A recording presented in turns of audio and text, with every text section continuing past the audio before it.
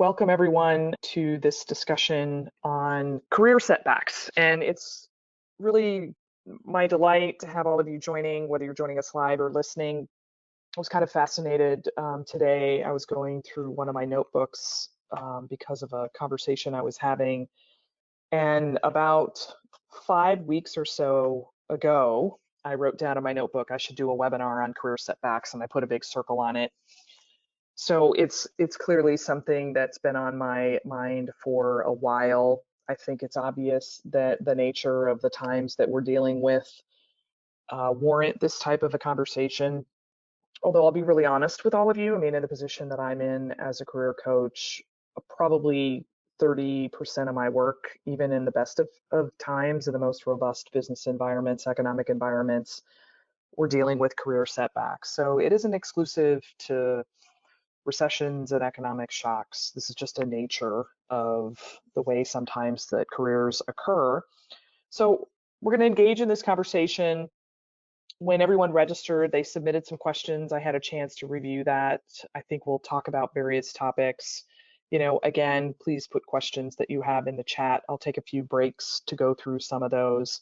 Let me just introduce myself for those of you that might be joining for the first time. So my name is Pam Schilling, and I run Archer Career. We are a global career advisory firm and also moving into the space of building technology to support people in their career advancement. I've been a career coach officially for a decade now, but in various aspects of my work, I've probably been doing career coaching for my entire career, which is about 30 years at this point. And I've worked in the technology space. I worked for a couple of telecom companies. I worked as a management consultant doing various types of strategy work for a number of years. And I now kind of teach in the career space as well. I'm an adjunct at DePaul and enjoy the opportunity to work with younger professionals. A lot of my work is very broad in terms of the type of individuals I work with. Young professionals, later stage career professionals, very diverse in terms of career fields, business people, and individuals outside of business. So I tell all of you that because in some ways, at this stage of my own career, I've kind of seen it all, just about. I worked for a company that committed one of the largest corporate frauds ever. I spent a year working for WorldCom. You look back in my position, and no story is strange, no experience is strange. And that both grounds me and it also creates a lot of the thinking that I have about this topic of career setbacks, because I know certain things are incredibly challenging, and I also know that there's something on the other side of that. So that's a little bit of what I hope to share with all of you tonight. And some of it's from my own personal experience. I'm not going to kid you.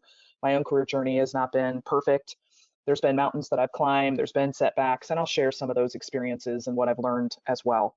Get into the subject matter of the evening and begin to set some of this in context. So I think a lot about patterns. I study trends, I study outcomes, I study drivers. I like to do research. And when I think about this topic of career setbacks, I think it's worthwhile to kind of lay out the landscape, the context. I think sometimes when it's us and in our own personal situation, it can seem very overwhelming and very daunting. And sometimes also we feel like the challenges that we are facing are unique to us, as if we are the only person who is in that moment who's faced this situation. And what I'm going to tell you is that's absolutely not the case, because I'm evidence of that myself in my own career again, and then also with the clients that I work with. So as I thought about this topic, I wanted to have an organizing approach. And when I think about this, I see career setbacks in three categories. One is what I'm going to call a speed bump. So these are the type of things that occur regularly, all the time. In the state of the environment today, it could just be fear. We're concerned about losing our position. We could also be in the job search, not getting interviews. Maybe you've had an interview and an offer hasn't come. Maybe you're sitting in a position, you're not excited about that role, you haven't had the promotion, you haven't had a raise in a while, the job just isn't a good fit, you're underutilized. You could be working for a supervisor, a boss that you just don't connect and jive with. And then in some situations, we have personal circumstances that require us to leave the workforce or make that choice. Um, those, I'm going to call them speed bumps because I think they are often temporary in nature, and not to understate the or not show empathy for those. But a lot of times it's just we're in the moment and we're kind of going over that bump, but there's something beyond that bump. There's also a category that I'm going to call the sinkhole, and these can be a bit deeper and a bit more challenging, and the ways to kind of overcome them can seem a little bit harder to access, harder to reach, a lot more uncertainty. And things that might fall into that circumstance would be, being on a performance plan, being told by the organization that you may have 60 days to improve your performance, being put in the situation of a furlough where you've been either already laid off or let go, or knowing that that is coming. And then, there's the circumstance of being a part of the layoff or a reorganization or a downsizing. Some companies, as part of reorganization, people are more or less demoted. This is a time, this past spring when COVID occurred, a lot of recent graduates had job offers that they had received. Those job offers were pulled. And then I think also there's the challenge of trying to re-enter the workforce after being away for a longer period of time. I mean, without doubt, these are challenging issues that take time to work through them and have more of a longer term implication. The final category, and not to be overly dramatic, but it doesn't hurt to put a little flair into this conversation, is what I'm going to call the abyss. And when you are in this moment, and I'm speaking very emotionally, for you, you look at this as if your professional circumstance is the definition of an abyss, which is a deep and seemingly bottomless chasm. You look out, you look on the horizon, and you just don't see anything there for you. That is a very realistic emotional state. And many, many people, I think, face that. And so what could be causing that? It could be that you have an employment gap that's been, generally more than 6 months is when people start feeling very anxious. Sometimes people have been fired for cause, as opposed to a downsizing. A mistake was made, performance objectives weren't met, those type of things. In my circumstance, I did not leave WorldCom because of their fraud, but people have lost their positions because of the company's bad behavior. And some people have committed their own bad behavior. There's also companies that are going bankrupt and filing for Chapter 11. Sometimes as a professional, that creates some overhang. And then there are definitely individuals who have experiences that are, absolutely challenging on multiple levels, whether it's, personally experiencing harassment, a toxic work environment, being involved in a lawsuit, having, some type of felony convictions. I mean, these, again, are things that I mention them because I've seen them all. I had a coaching appointment one time when I was working for Chicago Booth with a fantastic student that I'd met, and they came in and shared with me that their job offer was in jeopardy because they forgot to reveal on their job application that they had had a felony conviction at age 20, which was like 8 or 9 years prior.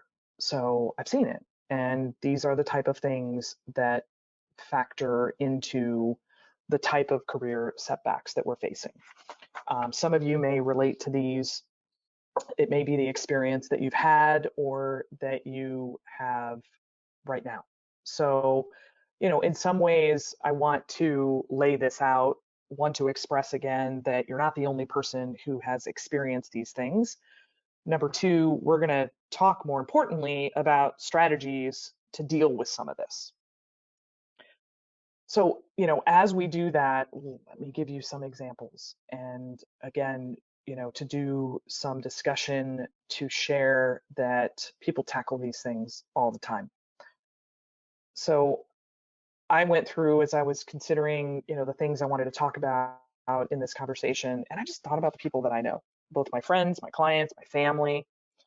And I was thinking about right after 9/11 occurred, and I was at a consulting firm and we had to downsize. So 50% of our staff were let go over the course of a year. And one of my closest friends happened to be part of that furlough. First, he was furloughed because he wasn't at a client.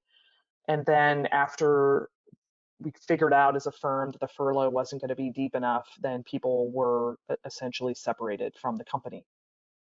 And my friend was one of those individuals. It was heartbreaking. He was a fantastic professional, super nice person, had done nothing to kind of impact that situation. It just was a matter of circumstance. And today, that individual, and mind you, this is 20 years later, that individual is a senior partner at the consulting firm Accenture. And how did they get from that place to the place where they are now? I mean, there's some of this that we're going to talk about in our strategies, but there was, a lot of hard work and, making some sacrifices that not everyone can always do. But I think some of it had to do with a persistence and not allowing that moment to define. Um, if I come more to the present, in the past 3 months, I've worked with a number of individuals who have been unemployed right around the COVID time and have had employment gaps. And I've always done that kind of work. And so one of the things that I talked recently with a client about was how they would answer that question in the interview setting and how to hit it direct and head on and not be concerned about expressing that there was a downsizing as part of their organization and they were in a role that was identified, and that resonated with the hiring organization, and that person is starting a new job in a week. Now, on the other hand, that's a fairly short gap, say 3 or 4 months. I've also worked with people that have been in job searches for a year and sometimes longer. That gets really hard, and some of you may relate to this because it's tough to be motivated for that amount of time. And this individual, when I was working on their job search and supporting them, they were looking for kind of a teaching role at a high school level with a particular aspect to the high school that they would be a part of. And this was someone that I think by all definitions, I would say was well connected, had a really good network, had a very good track record, but had stepped out of the workforce as a parent to be in that responsible position for, a couple of years. And so re-entering the workforce became a challenge. And some of it was the timing, some of it was the constraints. But what I think I saw that worked so effectively was just being consistent every week, week after week, and telling friends and former colleagues about what they were looking for, not being blindsided when somebody else was hired for a role because they had more recent experience, just kind of taking the punches and setting up a lot of opportunity to recognize small victories. That's, one of the hardest things I think. And that individual ultimately landed the, a role that was really well suited. So not only in the area of interest, but kind of a quasi part-time role, which really fit their circumstance with their family. But it took about 18 months, and a lot of doors were knocked on in that period of time. Um, a more recent example, I actually helped my spouse, my husband, pursue his own job search, and this was last summer. And he had gotten to a point in his career where the role he was in wasn't a great fit. There had been a leadership change, and so some of the reasons that he had taken on that role were not quite as clear. And he was working in ministry and had been doing that for about 16 years. And in the approach that he wanted to take for a new position, he wanted to go back into the world of technology, which he had done 16 years earlier. And, one of the things that I witnessed firsthand in watching him navigate that circumstance was just how difficult it was to know that you could do a job and to have so many people doubt that you could do a job, and working through that, and, kind of how that affects your ego and your feeling of confidence. Um, and eventually, one of the organizations that he was talking to, he had to have a fairly direct conversation and just say, you've got to take a chance. I can do this. And, a little bit of effort went into that to prove that, some of the needs for the role could be met, but it can happen. And some of what facilitated that was a lot of research about the current environment and, updating sort of the understanding of the technical world, which is different than it was 16 years ago. So that pivot is possible, but I can absolutely understand and appreciate through watching it, a lot of the people in hiring positions are very, very skeptical, but it's possible. And then, in my own situation, I think about my 30-year career, and my first job out of college was supposed to be in public accounting. I didn't get that job offer. And it was, at 21 years old, learning what happens when you put your heart and soul into something and it's just poof, it disappears. And, even some years later, when I was working in a fantastic job at a director level in a technology company, we had a leadership change. So the person that I reported to took a new position. They brought in someone new. That person and I, for whatever reason, did not get along. We just didn't philosophically think about our area the same way. And, that person called me in their office one day and basically said, you need to go find another job. I'm not going to fire you, but, for all practical purposes, you're not really a functioning leader on this team anymore. And, the writing was on the walls, and it was very devastating because, I had thought that my role had a lot of impact on the organization and the work that I did. And it was a personality conflict. So, these things happen. And when I think about my own situation, there's a moment of grief that occurs, there's a moment of denial that occurs. And then at some point, there's a reality that kicks in. And, how do you move forward? So, there's also some good news about all of these things. And I can say it from my own experience. With each of those setbacks, I think for me, it challenged my thinking. And I had to pursue some new avenues or some new opportunities that took me in a completely new direction. And it might be easy to say now, but those new opportunities were incredibly rewarding and probably things that I would not have otherwise pursued. And, that's perhaps some of the thinking in the characteristic of resilience that kicks in. But I think it's having a little bit of faith that, that future is possible, and that the things that we've been doing don't define us as people, as professionals.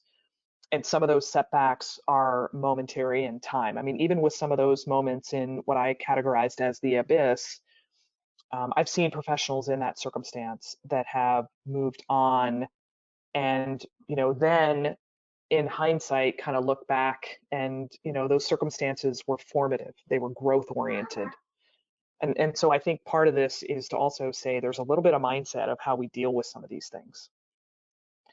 So when I look at all of those circumstances and I think about what challenges us when we have career setbacks, why perhaps do they magnify for some, and, what keeps us a little bit from going forward?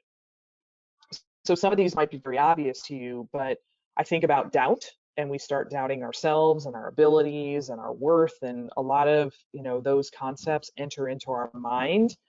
We also have fear, and fear is very real. You think about Maslow's hierarchy, and when we lose our job or we have professional circumstances, the fear kind of hits all of those levels. And for some, that fear can really be extremely fundamental. Like, can I pay my mortgage? Can I pay my rent?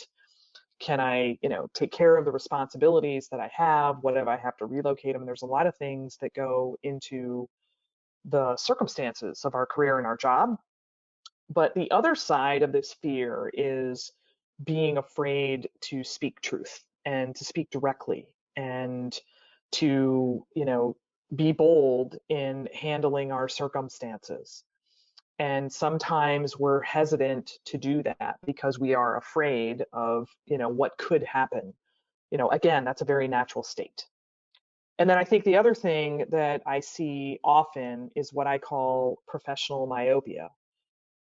And I have a lot of these conversations, I stitch a few things together. And what I mean by professional myopia is that, we look at our career and we look at it in a certain lane. And what we may not be doing is looking at it from a wider perspective and looking left and looking right and looking behind us. And therefore, because of professional myopia, we just see one direction. I don't have the right education. I don't have the right skill set. I don't have enough work experience. I've been out of the work world too much. I, et cetera, et cetera. And those things actually reinforce the doubt and the fear.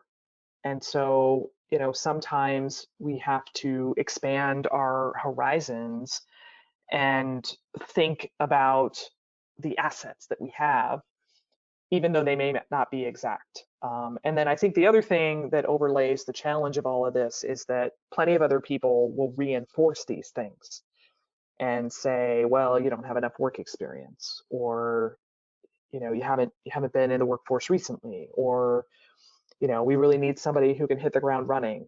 Or people may say, gosh, you've got that gap in your resume. What are you going to do about that? And it kind of reinforces. So this is all really, really challenging. And probably the approach that I take in this area of career setbacks, I suppose I listen to people to help me think about the objections that I'm going to get, the obstacles that I'm going to have. But generally, when people tell me something can't be done, I perhaps have a personality of, well, I just need to prove you wrong. And that's likely something that I have carried in my own career for, all of these years. And it's probably something I bring into my coaching. So rather than having the doubt and the fear, I actually go the opposite direction. It's like, well, I guess I'm just going to have to prove you wrong. And I don't say that to be dismissive of the feedback that people have, but everybody's got something to say.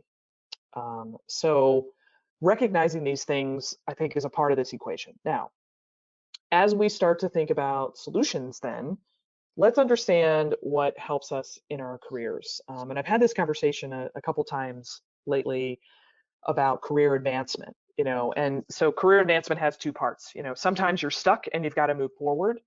And then sometimes you're working and you want to go someplace else and accelerate what you're doing, or, move in a new direction. I think no matter what, there are a few things that help us in this regard. And these are things, again, that it does not matter what profession you're in, what, aspect, what your job is, your title, your role. So I think about these things. Fundamentally, everybody should ask themselves as a professional, what are the problems that you solve? And those could be different challenges. They could be organization challenges. They could be challenges of financial analysis. They could be challenges of sales. They could be challenges of patient care. They could be challenges of education. It doesn't matter to me. The list can go on and on. And most people have some ability to solve problems, you know. And I think about it, we on our team have a member who was out of the workforce, I think for close to 20 years as a stay-at-home parent, doing the role of that. And when the kids were grown and adults, through a colleague of ours, I got to know this individual, and she wanted to find some challenges back in the professional workplace outside of the home, and so we talked a little bit about what it was that she does, and thinking about matters of organization and communication and dealing with all the things in the home. We found a couple of those challenges that our team was having, and put her on several different projects, and now she's working on a project for us that I consider mission critical. And what we found is that she's got a talent in kind of content writing and proofreading, and a really great eye for details. And we're working on a project where that's extremely important. And so, you know, there's no resume behind that, but it was, a skill and a problem. And, thinking about those things. So I always encourage any professional to really understand what kind of problems that you're able to solve. And then the second thing is, in whatever you've done, how have you made an impact? How have you made a difference?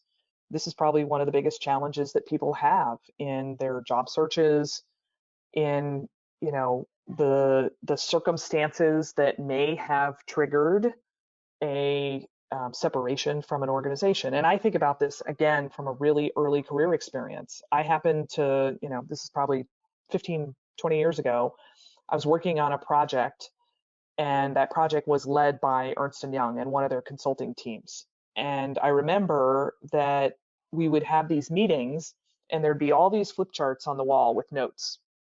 And at the end of the day, I would go home, and the next morning we'd come in and there was a whole packet of notes.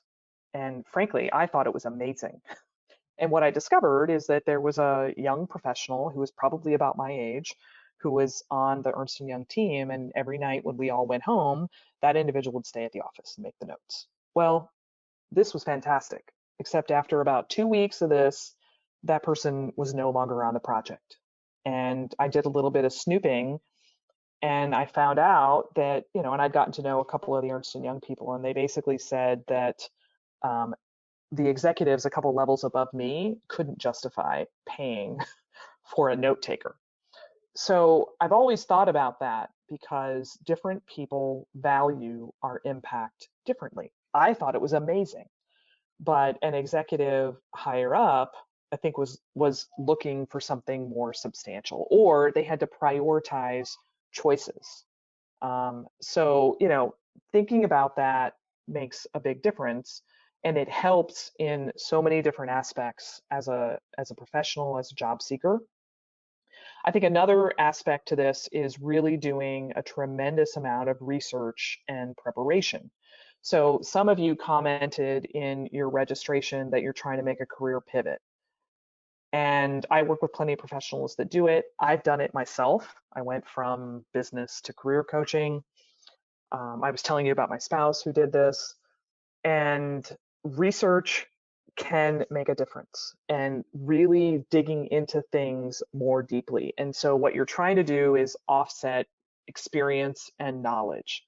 And I think about it, when I first became a career coach, I knew a lot about business. I had an MBA, and then I took a job as a career coach at Chicago Booth, where I got my own MBA, but working, now as a career advisor. And when I was a student, my career path was consulting, and I knew consulting really well. Well, now I was advising students that were doing all different kinds of careers. And I remember talking to some of my colleagues about this job called sales and trading, which is the people in financial services that sit on the trading floors and are executing stock trades.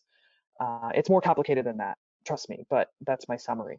I didn't know anything about this job, and I read a book that talked all about trading, and it wasn't exciting and it wasn't fun. But when students then came and talked to me about some things, I had some lexicon, I had some terminology that I used, I had a basis of questions that I could ask them. And so when I could combine that with other things, it enabled me to be one of the more highly sought out coaches on our team, right? So, taking a little bit of extra effort, especially when you're trying to make a career change. And then when you do, to be successful in that role. The next aspect that I think we want to think about when it comes to setbacks and how to move forward and, our careers in general is just this idea about influence. And influence can be powerful in so many ways. If you think about, especially trying to convince someone in your circumstance, whatever it is, to make a bet on you or to give you an opportunity or to advance you, that's influence. There's an opportunity to lay out a fact base, create a compelling argument, and that is influence. And so, that's something that I think a lot of times in our careers we don't think as much about. We might be doing it in our jobs, but we don't necessarily do it for ourselves. I was speaking yesterday to a friend of mine, and we were having a discussion about asking for a raise. And this topic came up about influence. It's, how do you phrase that in a way, especially in the environment right now, where you lay out the fact base and what's the best way to do that?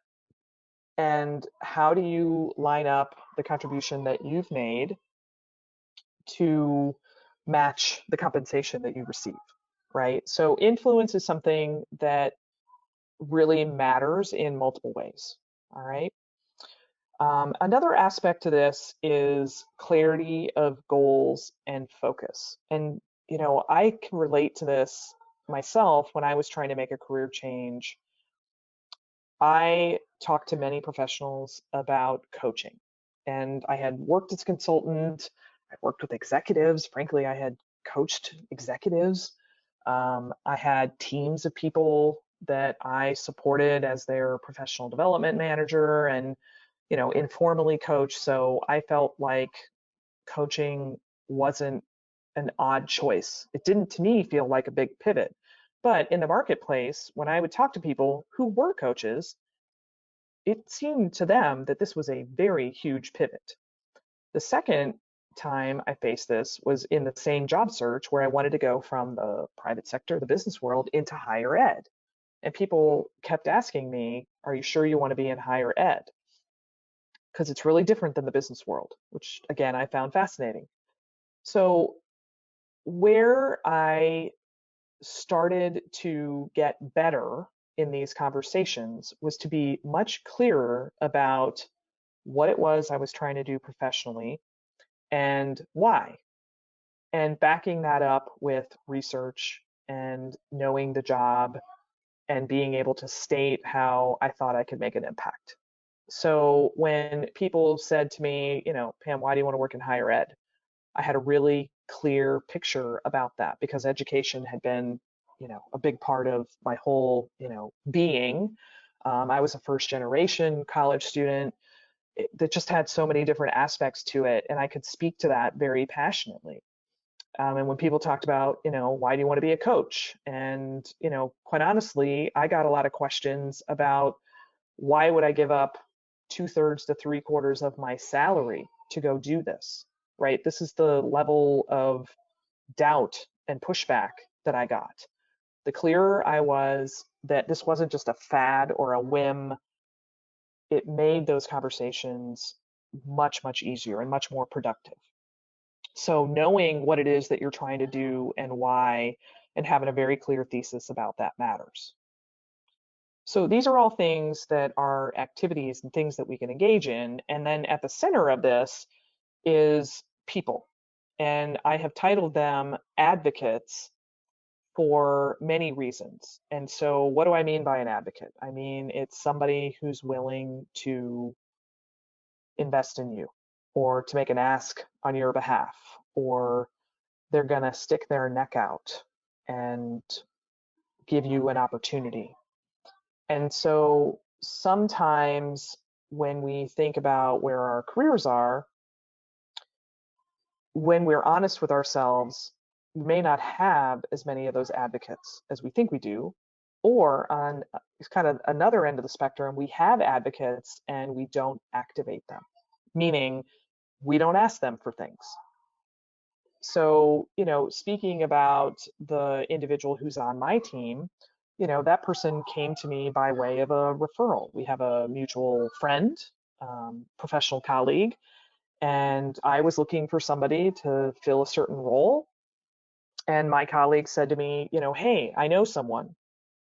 And I asked, like, hey, you know me, and you know that it might be kind of tough working with me. Does this person have kind of the motivation, the learning, the willingness, et cetera, et cetera? And the answer was yes. So that's an advocate. And many times we don't test our advocates, and that can be challenging. The same kind of line of thinking, it's also really hard to get advocates created. It's not something that happens overnight. It's something that happens over time. And for all of you, regardless of your situation that you're in, one of the great exercises to undertake after this conversation is to step back and ask yourself, who are my advocates? And inventory them. And then ask yourself a second question. Have I activated my advocates? Have I asked them for things? And I mean, we could spend this whole webinar with me giving you examples of how I have seen advocates put in action to benefit people professionally, because there is goodness. And at the fundamental level, organizations need good people. And the best way to get good people is by way of referral. So I'm going to talk about some ongoing steps to do some of this assessment, but these are some questions that you guys should ask yourself, okay? A few things now that I'm going to share with you that will give you some action steps going forward. Think about a couple of these things. So one is, what got you to this place, it may not get you to the next place. And that can be something to just reflect on, because sometimes we're trying to make changes, we're trying to move forward, we're trying to come out of a difficult circumstance. The second thing is, people do matter. And that's a very important part, but they may not matter in the way that you think. It could be knowledge sharing, it could be education, etc. And then the other thing, I tend to talk with a lot of people who have really detailed, backgrounds, also great amounts of education. And I have learned, because I have 3 degrees, one of them, I guess you would call from a fairly prominent university, that doesn't necessarily make a difference. It might help, it might open a door, but it isn't the thing. So sometimes people like to lean on their education. Sometimes people like to be concerned about a lack of education. There's a lot of interesting talk in the business environment right now about skill building and how that's done, and that it can be done in multiple and diverse ways. Think about, some of these things in your own situation. So how do we move forward then? There's a couple of things when I break this down again that matter in terms of support. Building this environment to, again, move forward from where you are.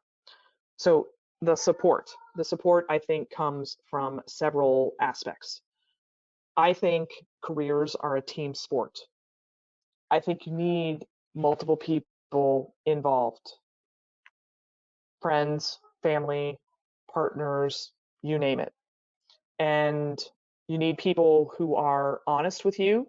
You need people who are supportive of you, people who help motivate you.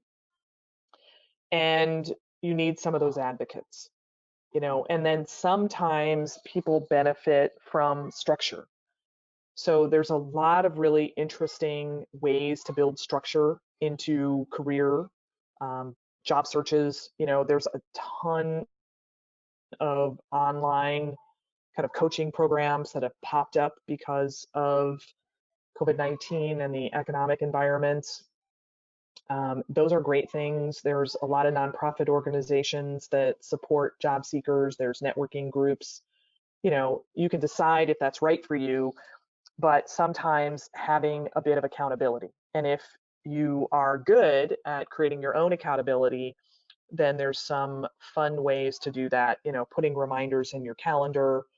But having a support system, I think is valuable. And the final aspect I would say is trying to find other, job seekers that you can benefit from. So that way, I think you can avoid feeling a little bit alone in your circumstances. All right. And I do that a little bit in my work where I try to build cohorts of people so that information can be cross-shared and we practice together. Now that's in a structured format and not everybody has access to that, but you can create some of that on your own. Church organizations, religious organizations do this. Some universities do this for their alumni.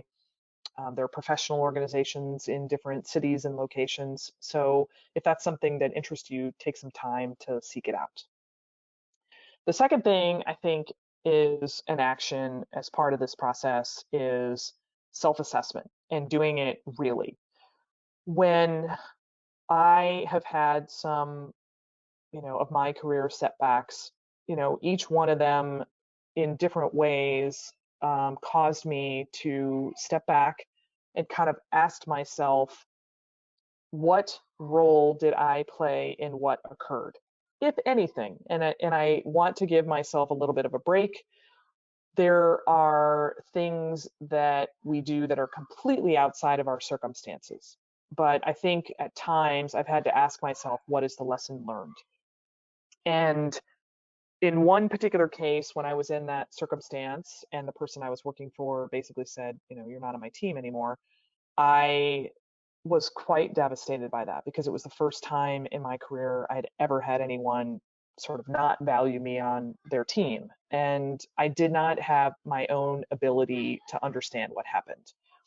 That was the professional myopia that I spoke about. And in my situation, I actually went and hired a coach. And I did that, and it was a choice that I made because I felt like I needed someone to really shake up my thinking. And I found an individual who was frankly extremely tough on me and challenged the way that I looked at circumstances, caused me to look at things upside down and allowed me to have some balance of accountability of that situation, but also recognizing that there were some things that were completely outside of my control. Now, I am not in any way proclaiming go hire a coach because not everyone is in a position to do that. But at a minimum, there are times when we just have to ask ourselves some really hard questions. And back to the support, I think sometimes we have people in our lives who are really good at asking hard and fair questions. And opening yourself up to that conversation is valuable. One of the things that I assess as a coach when I'm working with potential clients is that ability to be open-minded to feedback. And so, if we're having a conversation and there's something critical to be discussed, it's okay to ask some questions about it. But if you outright kind of deny, that is a sign of, not necessarily being coachable. And that is a professional roadblock for sure. So taking some of that time can be valuable. I think as part of this also, one of the actions is to manage your mindset. It is super easy to get into a conversation in your head that says, well, it's me. I don't have the right stuff. I've been out of work too long. I'm at an age that hiring is extremely difficult. All of those things are true, by the way. But the question is, how do they define you? And I try myself to, I kind of have this technique, and I'm not a psychologist by any stretch, but I allow myself like a period of time to sort of ruminate about my situation. And then I have to snap out of it. And I have to move forward. And I have to not make other people's choices for me. So, if I'm in a circumstance and, someone doesn't want to do business with me, or a client, we're not connecting and they want to end a project, there's a lot of things that I can have go on in my head and have a conversation with myself.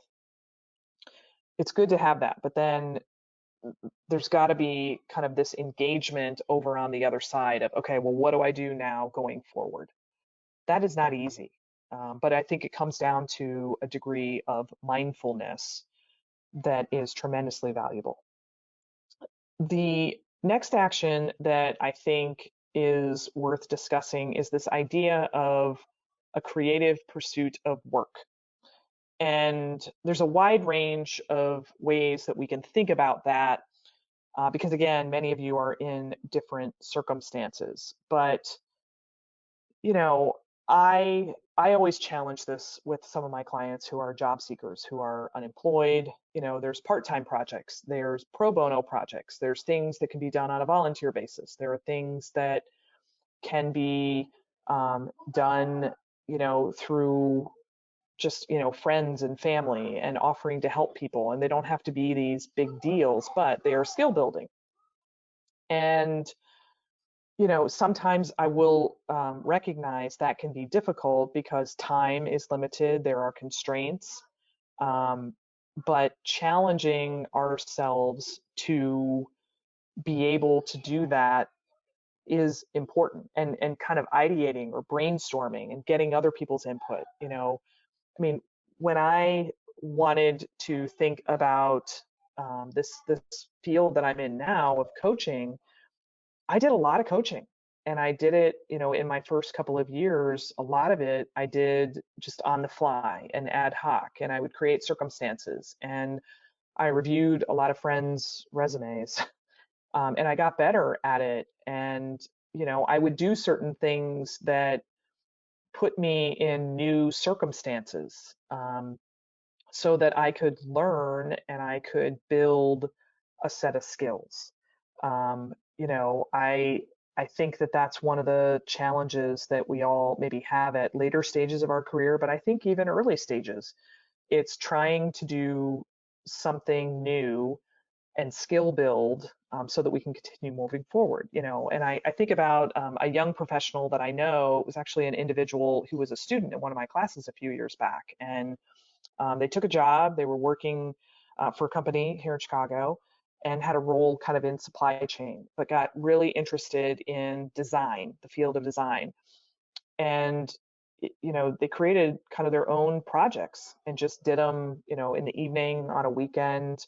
As I remember, took a couple of classes through, Coursera, like very inexpensive classes, did some shadowing of people at the company, and started developing some skills in that arena that were, if you will, resume ready. So it wasn't a full-time job. It wasn't necessarily an educational pursuit. It was just like doing small projects. And I think that that's something that is tremendously valuable, because I think at times we think about work in this very formal sense. So trying to find that opportunity can be something that's meaningful.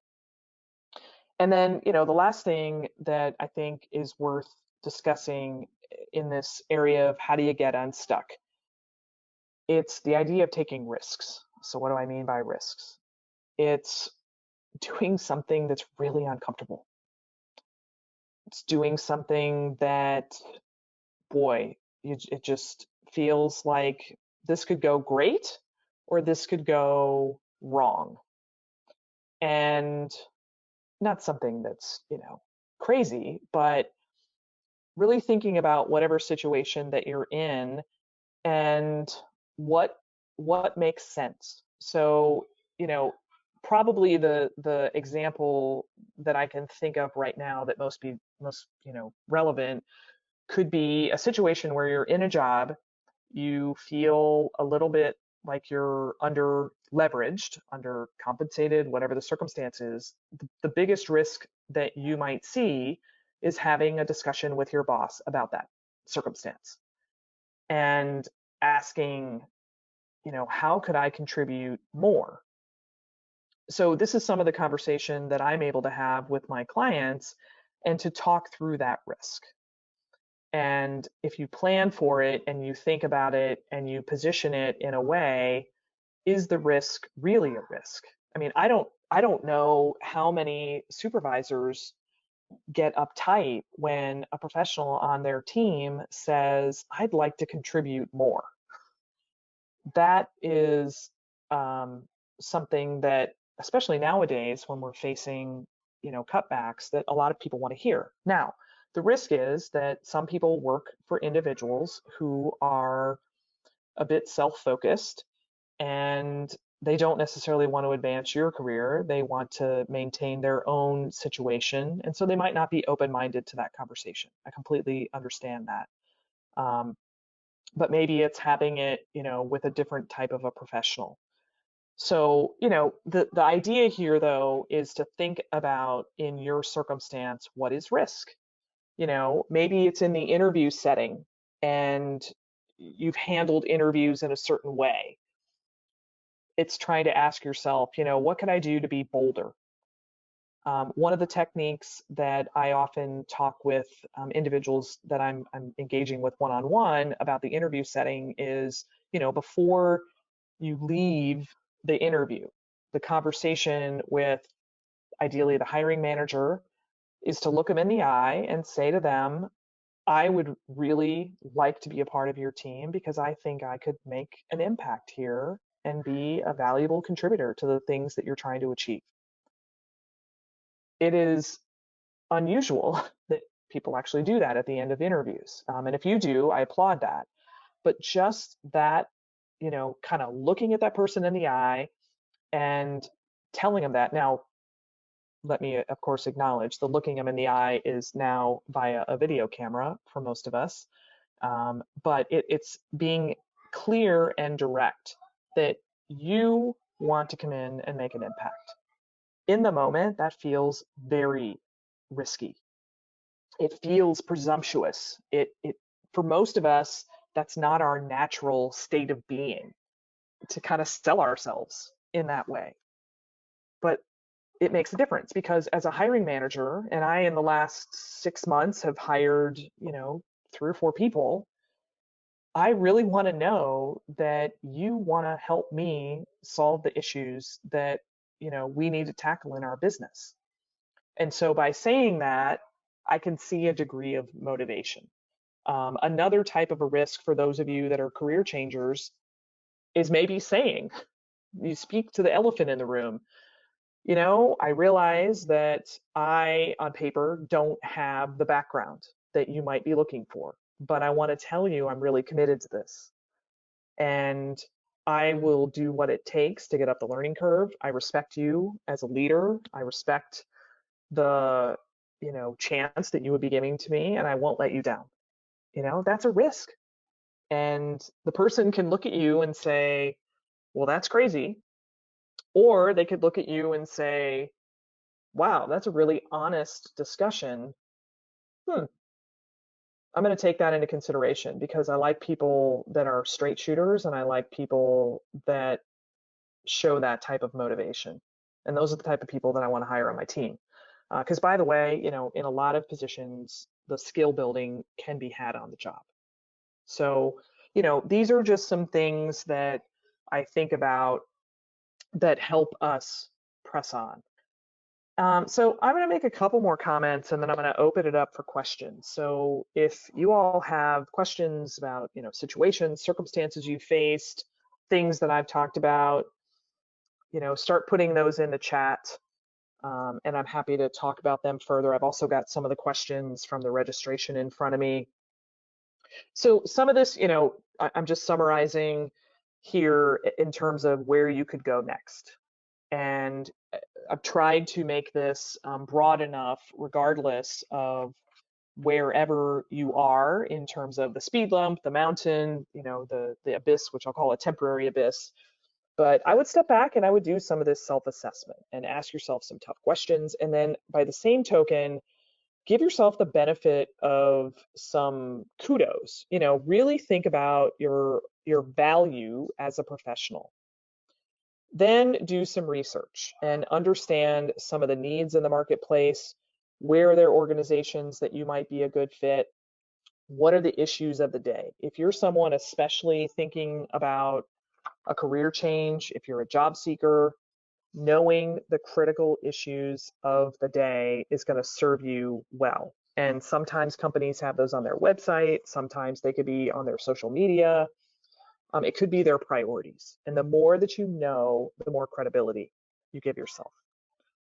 The third thing you can do is assess your advocates. Who's in your network? What are those give and take relationships? How are you, serving others in the professional sense? And do other people know your market value? And do they know what you do well?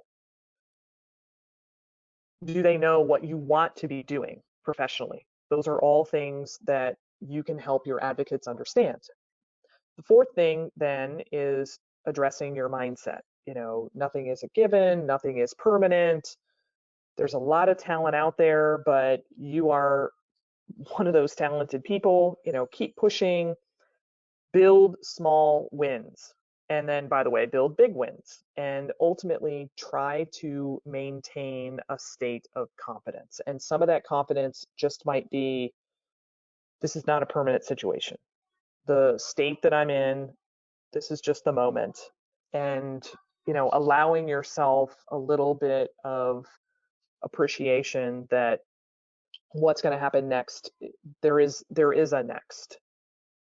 Then the last thing that I'll mention is just the degree of preparation that you will do. I prepare job seekers. I mean, that's part of what I do. I prepare people in the interview situation. I interviewed people. I mean, I did, 13, 14 interviews a few months ago. You can see people who are prepared. You can see people who are not prepared.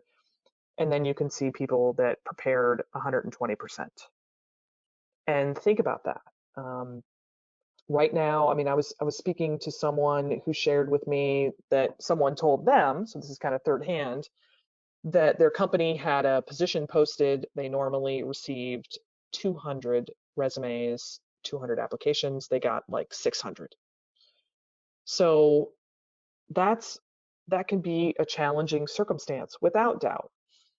But if you get an opportunity to interview, what can you do to be extra prepared? The research, thinking about the contribution that you can make, really understanding the culture of the company, reading things online, that sort of activity. It can take two individuals who on paper are equal in terms of credentials. The prepared individual is going to stand out, and then there are things again that are outside of our control that, if a hiring manager makes a choice because maybe someone's background is a little bit better fit, that's fine. That's the way it's going to be. But that preparedness carries to the next opportunity. So challenging yourself to think about that, and then, are there new skills for the role that you want to be in that you can build at this time? And how do you do so, by the way, in an economic format, meaning you're not paying a lot for additional education? So the, message that I hope that some of this conveys is you're not alone in your circumstances. Many times the circumstances are temporary. How long they're temporary, that's another question. But there's definitely action, activity, and thinking that can make a difference to allow you to get to the place where you want to be. And that's, and having an understanding of that really matters and what defines it. And they're just constantly chipping away at it and trying to be as persistent and optimistic as you possibly can. So let's talk about some questions that were presented in the registration questions. So some of this is about one of the questions is, how much do you need to present kind of outcomes of your work in a quantifiable fashion? So if you're talking to a potential employer and, the question is, what's the impact of the work you've done? I would encourage everyone to ask yourself a few layers of questions. What is the impact of my work? What is it kind of by way of description? What would be a way that I could think about that? So, I'm a career coach. Some of what I do, to be honest, is a little bit squishy. It's hard to quantify. But I could talk about, the number of appointments that I hold in a year. I could talk about, the number of networking conversations that I have. I could talk about the number of resumes that I've edited. Um, Everything. I mean, that probably because I have an accounting and finance background. I think a lot of things can be quantified. And then another, suggestion is ask people that you've worked with. What do you think was the benefit of this? What was the potential impact, or what was the impact? And then the third thing is to estimate. That's something that again can be, a little bit vague, but you can say, you could sort of, well, gosh, this is something that if I think about it, it used to take 3 days every month. There's 12 months. We eliminated 2 days. I would say it's now, I eliminated 24 days a month. Gosh, if I took an average salary of somebody, it's probably, $25, $30, et cetera, et cetera. So trying to do that and really talk it through, and then, put some math to it. But at a minimum, being able to talk through it and know the impacts that you've made, that's super helpful. Another question that I received, which I think is a great one, is around technology skills. And this is something, I deal with quite a lot, both working with college students, working professionals, individuals in later stages of their career who are, maybe trying to re-enter the workforce. So every job has certain technology tools that are being used, some more than other. One of the things I think is really great when you're conversing with people is just to ask them, what do you do on a daily basis? Is it a lot of email? Is it some kind of online software application? Is it, the Microsoft Office suite, or, the Google suite, Word documents, spreadsheets, PowerPoints? There's some tools through Adobe. Ask people. And then do these things in your daily life. So, I design birthday invitations for my kids. I occasionally will download them, but I will occasionally make them. And I sometimes do this as a way to practice using things like Photoshop. So there's things, in our kind of family activities, I send out holiday cards every year. I have a mailing list in Excel. It keeps me fresh on how to almost use Excel like a database. And then on top of that, if you want to go a bit farther, there are courses that are inexpensive, things like Coursera. But finding a way to access some of these tools and use them a little bit so it's not just a class. And then the final thing that I would say is, if you're looking at employment opportunities and that company makes a technology product, sign up for a demo or ask them, could I get a demo of the product? I was interviewing with a company at one point some 15 years ago. They had a software product that was the core part of their business. And in the interview process, I just asked them for a demo login. And I spent, 3-4 hours trolling around the software before my interview. So there's a range of things. And I think if you are an individual who's been out of the workforce, kind of investigating that, because I think that a lot of organizations are really trying to push technology tools, and technology has become much cheaper even for small companies. So thinking about that. There's a couple questions too about, I'm doing things, I might be working, but I'm really not passionate about it. I'm feeling unfulfilled, underemployed. There's a couple of things that I recommend in that circumstance. So one is asking yourself what professionally might fulfill you, and then how do you fulfill that by other things. So as an example, I really like writing. I mean, I wish like someday I, may be a writer. I perhaps should have been a journalist, but I like writing. So I like writing and I like photography. I don't think I could make a living at it, or at least not at this stage. But I do things that tap into that fulfillment. So I might put together a photo book of our family's pictures throughout the year. I write a Christmas card letter that I attempt to make interesting for the family and friends that I force to read it. I write blog posts. There's a bunch of things that I do. And when you have interests that aren't your full-time job, one of the things I like to say is test those interests and then share them with people. Or do small projects to help people. I was speaking to a woman one time who had an interest in becoming a personal organizer, and she was a little bit uncomfortable about just quitting her job and going to do that. And one of my suggestions was, why don't you just take on a couple of organizing projects? Find 2 or 3 people. Everyone needs to be organized. Do it on a weekend, put a little elbow grease into it, and then maybe the next couple of months, take on a couple projects and see if people will pay you. And then slowly work your way into it.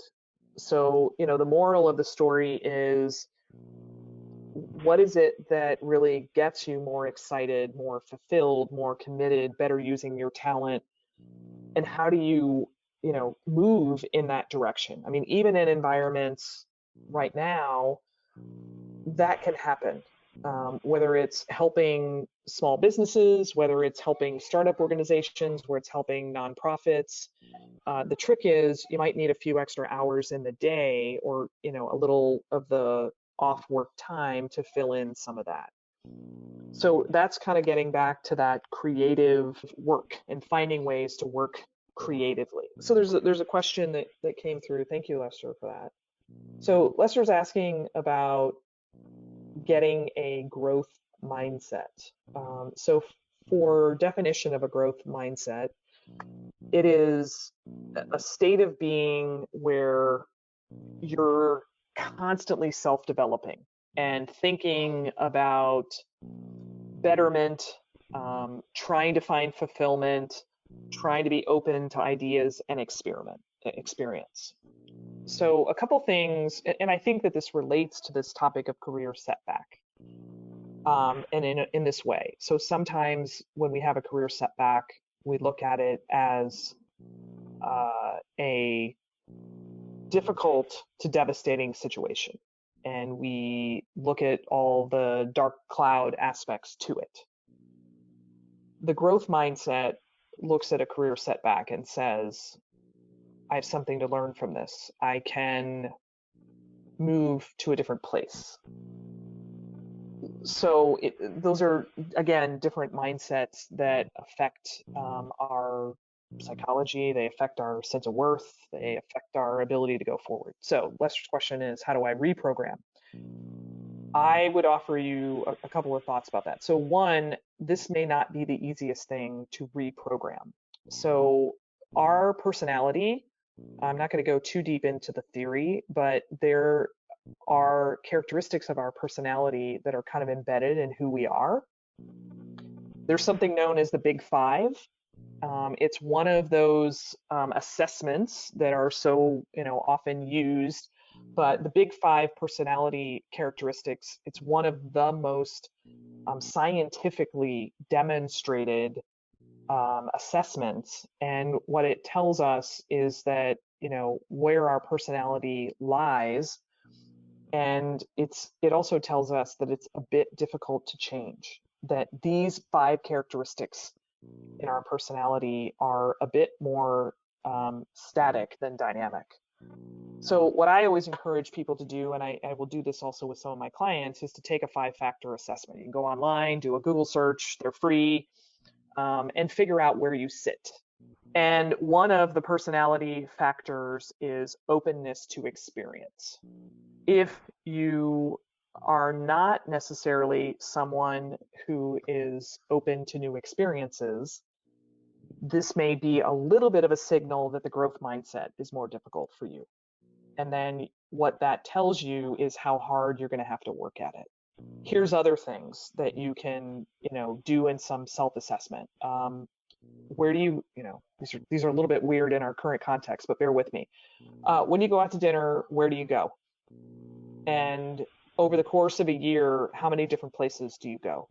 Again, separate it from our current environment. I know people, and I adore these people. Some of them are my closest friends. Some of them might be my spouse. That over the course of the year, if unnudged, they might go to the same 5 restaurants. I, on the other hand, every time I dined out, if I could, I'd go someplace different because I just love new things. So this just tells you a little bit about your experience. Then the question is, once you know that, how do you overcome it? And it relates to dealing with all these career setbacks. I think facing rejection is part of the growth mindset. Doing things that you might fail at, trying something new and being okay that you're not good at it, those things help us grow. And they can be very benign. I took a painting class one time. The painting instructor asked me what I had painted. I pointed at it and said that it was a box. And he looked at me and he goes, "That's not a box." Because apparently I don't know how to paint with 3 dimensions, and that was very eye-opening, and it was not the easiest thing to hear, but it let me know that, I could get better at something. So Lester, I mean, it's a long way of kind of answering that question, but if you're really trying to get better at that, you actually have to do things that you're not likely to succeed at every single time. And you're potentially going to have to take some risks, but do it in small steps and do it in things that are, perhaps not so mission critical in your life. And it's totally okay. I mean, I can tell you guys I do that myself all the time because I'm still trying to grow as a professional. And then, maybe the last thing to reprogram yourself is find a friend who you guys can talk through what it is you're trying to do and how do you overcome that. So hopefully, a few of those things can, kind of get you in that direction because, and I'm glad you asked this question, because I do think that part of what helps us in our careers is having a growth mindset. I think about individuals I work with who in the later stages of their careers have lost their position for, again, a variety of circumstances. And, I ask some questions because I'm trying to help them deal with all this stuff we've been talking about tonight. And sometimes there just hasn't been this need to continue to develop skills. But the truth is that need was there. It just maybe wasn't obvious that you needed to be on that train.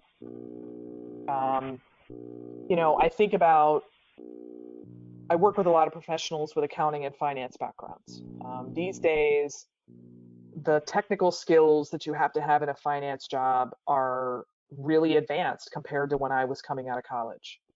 And so, someone like me, if I had, 20, 30 years of experience, and somebody coming out of college knows how to use some of these more advanced, data analytics software packages, and I haven't retooled my skills, there's a chance that I could fall behind. And there's a chance that because I'm paid 100 to 200% more than that individual, that, at points my value might be in question. Now, granted, I have more experience. There are things that are experiential, but like these are the kinds of things that help if you can think about them in terms of your career advancement. If we go back to the start of this conversation, each of you may find yourself relating to one of these categories of career setbacks. And, some of the things that I've tried to highlight are behavioral, they are mindset oriented, and then they are action oriented that get you moving forward. And then the difference in these different groups of career setbacks are, one, how far you are from maybe your goal, either really or perceived, how challenging it's going to be. And there's a little bit of grit, not to kind of throw around, some of the fun words of the day, but I do think that there's an element of grit that's required to just say to yourself, look, this is my career. I'm going to take charge. I'm going to think about the things that I can control and influence, and I'm going to just keep working at it. And that should make a difference. And, I encourage all of you to, reflect a little bit on some of this conversation, what some of, your personal circumstances are, personal situation, and, be optimistic about the next steps. That's the best advice that I can offer. And hopefully this conversation has given you guys some ideas. It's been some discussion of things I wanted to evoke some thoughts for you and some ideas. And with that, I want to thank you guys again for joining. I'm going to wrap up formally, and feel free to join us for some follow-up webinars.